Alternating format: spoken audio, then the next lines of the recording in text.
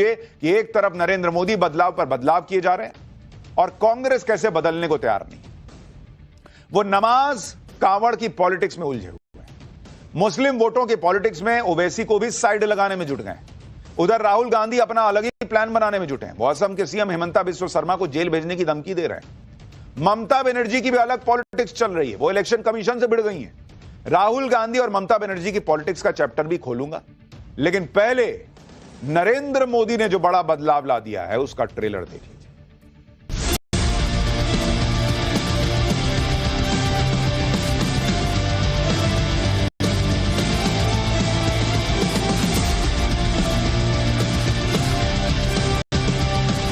सरकार आपकी है, मैंने कहा ना, जो चाहे आप कर सकते हैं, करिए जो आपको अच्छा लगता है, परंतु हिस्ट्री के पन्नों को मिटाया नहीं जा सकता।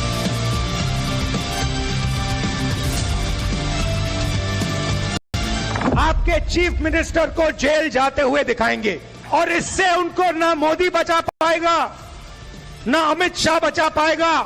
हम तो इंच में लड़ाई करेंगे और दिखा लेंगे। सबकी अपनी अपनी पॉलिटिक्स चल रही है बॉस, लेकिन पहले नरेंद्र मोदी ने जो सबसे गजब का काम कर दिया आज, उसके बारे में आपको बताता हूं।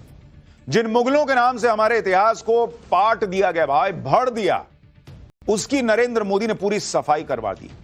क्योंकि लोगों को यह बात बहुत चुभती थी कि जिन विदेशी आक्रांताओं ने भारत को लूटा, हमारे मंदिरों को तोड़ा, हम पर अत्याचार किए, उन्हें हमारी इतिहास की किताबों में महान बताया जाता था।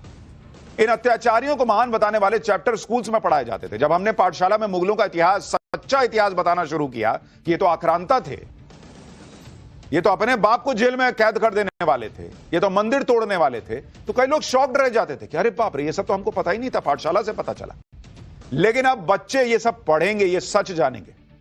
ये इतिहास हमको आपको पढ़ाया गया, लेकिन सच कुछ और था। और ये सच क्या है, ये अब स्कूलों में बच्चे पढ़ना शुरू करेंगे। 8वीं क्लास की सोशल साइंस की किताब exploring society India and beyond है। इस किताब के पेज नंबर 36 पर मुगल शासक बाबर के बारे में बताया गया है। बाबर को बर्बर, तुर्क, मंगोल शासक और सैन्य रणनीतिकार बताया गया है, जो समरकंद से भागकर भारत आया था। किताब में लिखा है कि 1526 में पानीपत की लड़ाई में इब्राहिम लोदी को हराकर बाबर ने दिल्ली पर कब्जा किया। इसमें लिखा है कि बाबर क्रूर और निर्दयी राजा था।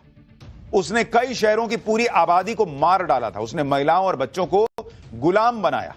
उसने हजारों लोगों की हत्या करके उनके कंकालों का ढेर लगा दिया और उसे यह सब जुल्म करने पर गर्व महसूस होता था। एनसीईआरटी की किताब में बाबर की जीवनी, बाबरनामा के हवाले से अब लिखा गया है कि बाबर प्राकृतिक खूबसूरती और वास्तुकला से प्रभावित होकर भारत आया था। बाद में उसे पता चला कि हिंदुस्तान में तो सोने चांदी का खूब सारा खजाना है। भारत की दौलत से प्रभावित होकर उसने वापस जाने की बजाय भारत पर राज करने का फैसला किया। आप सोचिए, जिस बाबर का मकसद ही भारत को लूटना था, जो हिंदुओं का नरसंहार करने पर गर्व महसूस करता था, उसके बारे में अब तक क्या पढ़ाया जाता रहा। 8वीं क्लास की एनसीईआरटी की पुरानी किताब है भारत की खोज, जो पिछले साल तक स्कूलों में पढ़ाई जा रही थी। उसमें बाबर के बारे में क्या लिखा था आपको पता है? कि बाबर का व्यक्तित्व आकर्षक था, वो नई जागृति का शहजादा था। बाबर बहादुर और साहसी था, जो कला, साहित्य और अच्छे रहन सहन का शौकीन था। ये पढ़ रहे थे हमारे आपके बच्चे कि बाप रे बाप, बाबर बहुत अद्भुत था, हिंदुओं को मार मार के कंकाल का ढेर लगा दिया। ये पढ़ाने में शर्म आती थी, और शर्म आती थी तो पढ़ा कह रहे थे। बाबर भारत को लूटने के लिए रुका था, यह बताने में शर्म आती थी तो पढ़ा कहला रहे थे।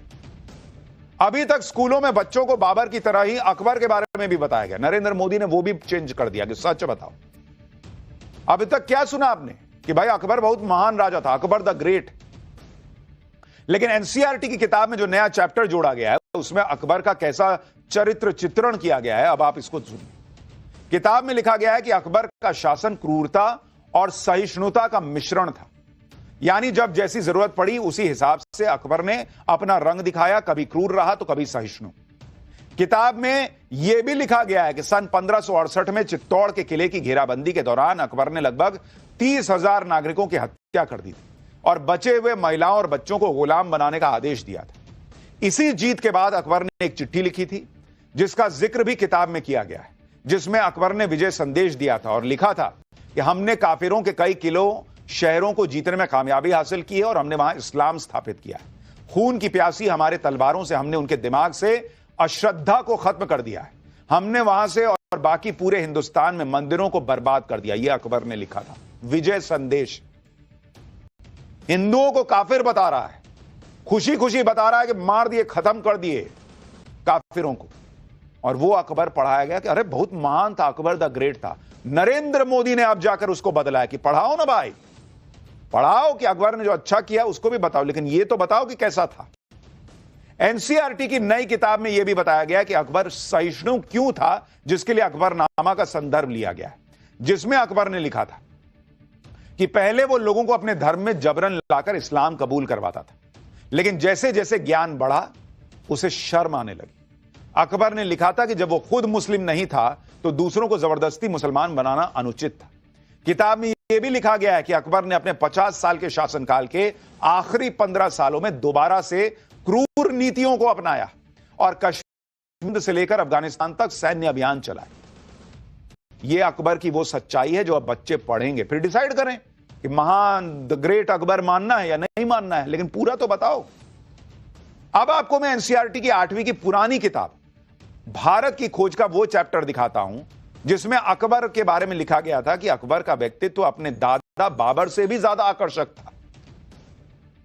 अरे वो बहुत बहादुर, दुस्साहसी, योग्य सेना नायक, और इसके अलावा वो विनम्र और दयालु था, आदर्शवादी था। पढ़िए ना भाई, सामने लिखा है। और स्वप्नदर्शी था। अकबर लोगों के दिल और दिमाग पर विजय हासिल करना चाहता था। आप सोचिए, आजादी के बाद से लेकर अब तक क्या पढ़ाया गया है। मुगल शासकों के बारे में यही बातें बच्चों को पढ़ाई जाती रही और उन्हें ग्रेट बनाकर ऐसे पेश किया जा रहा था जैसे वो नहीं होते तो पता नहीं हिंदुस्तान का क्या ही होता। एनसीईआरटी की किताब में सबसे विवादित मुगल शासक औरंगजेब का भी जिक्र है।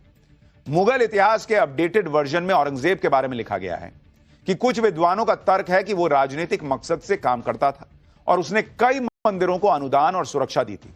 हालांकि उसके फरमान यानी आदेश उसके व्यक्तिगत धार्मिक मकसद को साफ दिखाते हैं। उसने स्कूलों और मंदिरों को ध्वस्त करने का आदेश दिया था। औरंगजेब ने बनारस, मथुरा, सोमनाथ समेत कई जैन मंदिरों और गुरुद्वारों को नष्ट करने का आदेश दिया था। औरंगजेब वो मुगल शासक था जो सबसे क्रूर और निर्दयी था, जिसने अपने भाई दारा शिकोह तक की हत्या करवा दी, जिसने अपने पिता को कैद में रखा हुआ था और हिंदुओं पर अत्याचार किए अनगिनत। लेकिन हमारे देश में एक ऐसा इकोसिस्टम है जो औरंगजेब का फैन है, उसको आदर्श मानता है अपना। समाजवादी पार्टी के नेता अबू आजमी ने तो कुछ महीने पहले यह कहकर सनसनी मचा दी थी कि औरंगजेब क्रूर शासक था ही नहीं, उसने तो कई मंदिरों के निर्माण करवाए थे। उनके इस बयान पर खूब बवाल मचा था। अब इतिहास की किताबों में औरंगजेब का सच पढ़ाए जाने की खबर से अबू आजमी को फिर तकलीफ हो रही है। वो इसका विरोध कर रहे हैं। सुनिए समाजवादी पार्टी के नेता अबू आजमी क्या कह रहे हैं, फिर आपको आगे बताता हूं। किसी भी राजा, किसी भी बादशाह के बारे में दोनों सिक्के के दोनों पहलू दिखाइए ना। आप दिखाइए कि क्या हुआ इसमें, सिर्फ नफरत नफरत नफरत, और वजह क्या उसकी हो सकती है। बहुत बड़े हिस्टोरियन लोग हैं, आप सबकी किताबें पढ़ लीजिए। आप वो लोग क्या बोलते हैं उन बादशाहों के बारे में, उन राजाओं के बारे में।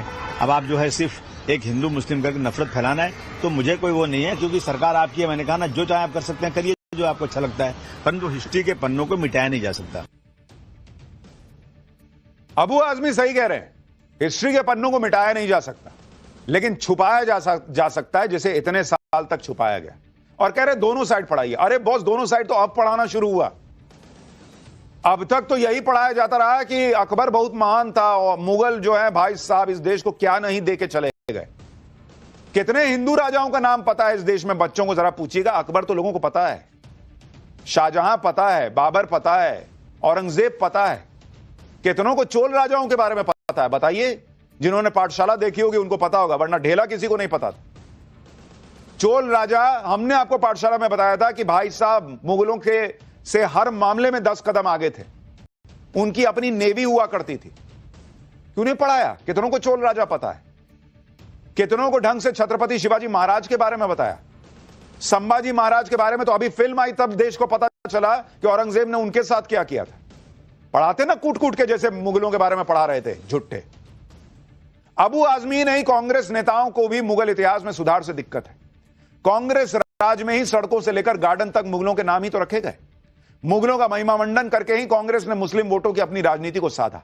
इसलिए मुगल शासकों की सच्चाई दिखाने का विरोध कांग्रेस के नेता भी कर रहे हैं। कांग्रेस के नेता उदित राज तो इस मामले को अलग लेवल पर ले गए। सुनिए क्या कह रहे हैं उदित राज, फिर बताऊंगा मुगल इतिहास के अपडेटेड वर्जन पर देश की पब्लिक क्या कह रही है, देश का मुसलमान क्या कह रहा है। जाति व्यवस्था को लेकर, तो जाति व्यवस्था से ज्यादा क्रूर कुछ नहीं हो सकता है। मुगल की ब्रुटलिटी हो, ब्रिटिश की ब्रुटलिटी हो, कुछ भी नहीं है। आज भी जो ब्रुटलिटी चल रही है,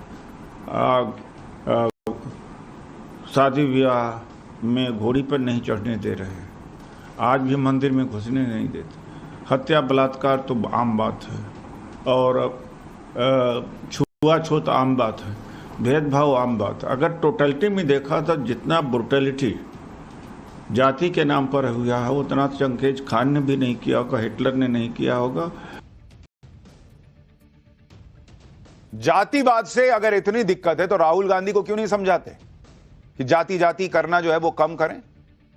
और अगर कहीं कुछ समाज में कमी है, कहीं मान लीजिए छुआछूत बचा हुआ है, कहीं कोई जातिवाद को लेकर दिक्कत है, तो उसको दूर करना विकल्प है या अकबर महान था ये पढ़ाना शुरू कर दिया जाए।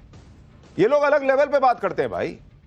आप देखिए कि कैसे हमारे देश में मुगलों का महिमा मंडन किया गया, हिंदू सम्राटों के गौरवशाली इतिहास को छिपा लिया गया। जुलाई 2021 में think tank public policy research centre ने शिक्षा पर संसदीय समिति को एक रिपोर्ट पेश की थी, जिसमें बताया गया था कि एनसीईआरटी की किताबों में अकबर के औसतन 97 संदर्भ है, शाहजहां, औरंगजेब और जहांगीर के 30 संदर्भ है, जबकि छत्रपति शिवाजी महाराज के केवल 8 संदर्भ। हिंदू राजा राणा सांगा और महाराणा प्रताप का लगभग कोई संदर्भ ही नहीं है। यह तो हाल था, और कह रहे हैं कि दूसरा साइड पढ़ाना शुरू किया है तो भाई हिंदू मुसलमान हो रहा है। हिंदू को तुमने पढ़ाया कहां जो हिंदू मुसलमान हो जाएगा। एनसीईआरटी की किताब में मुगलों का जो चरित्र चित्रण किया गया है उसको लेकर देश के लोग क्या सोच रहे हैं, हमने वो भी समझने का प्रयास किया। सुनिए नवभारत के कैमरे पे लोग क्या रिएक्शन दे रहे हैं। देखिए, अगर एनसीईआरटी ने अगर बुक्स में ऐसा कोई पब्लिकेशन अगर उन्होंने प्रकाशन किया है तो ये काफ़ी निंदनीय है, क्योंकि हम लोग जो इतिहास पढ़े हैं, इतिहास में मुगल के बारे में यही पढ़े है। मुगल एक वंश है और उन्होंने एक साम्राज्य का निर्माण किया है, और उनके बारे में, अच्छाई के बारे में हम लोगों ने पढ़ा है। उनका बुराइयां जो भी उनके बारे में ये भ्रम फैलाया जा रहा है, एनसीईआरटी ने जो पब्लिकेशन किया है ये गलत है, ये काफ़ी निंदनीय है। मैं तो ये कहता हूँ कि मुगलों ने हमारे भारत को क्या दिया। अगर यहाँ का मुसलमान वो अच्छी तरह जानता है कि मुगल आए, या तो उन्होंने इमारतें बनवाई, या शादियां करी, या उन्होंने अपनी ऐश के अंदर जीवन यापन किया, एक दूसरे को मारा काटा, यही मुगलों ने सिखाया। और जो सिलेबस था, जो हमारी बदनसीबी कह लो या हमारे जो राजनीतिक ये देख लो, दबाव देख लो, उनको सही इतिहास बताना चाहिए था। ये हमारे देश का दुर्भाग्य है कि हमारी पीढ़ियों को पिछली सरकारों ने कहीं ना कहीं मुगलों के बारे में बहुत अच्छा लिखा। वो क्यों लिखा वो मालूम नहीं, लेकिन सच्चाई अब सामने आ रही है। बहुत ऐसे इंसिडेंट हैं जहां पूरी तरह से ज्ञात होता है कि मुगल क्रूर थे। कुछ उसमें एक आध अच्छे हो सकते हैं, वो अलग चीज़ है, लेकिन मुगल क्रूर थे। और मुगल जो हम मुसलमानों के हीरो कतई नहीं है। मुगलों को महान बताने की कतई कोई ज़रूरत इस वक्त नहीं है, इसलिए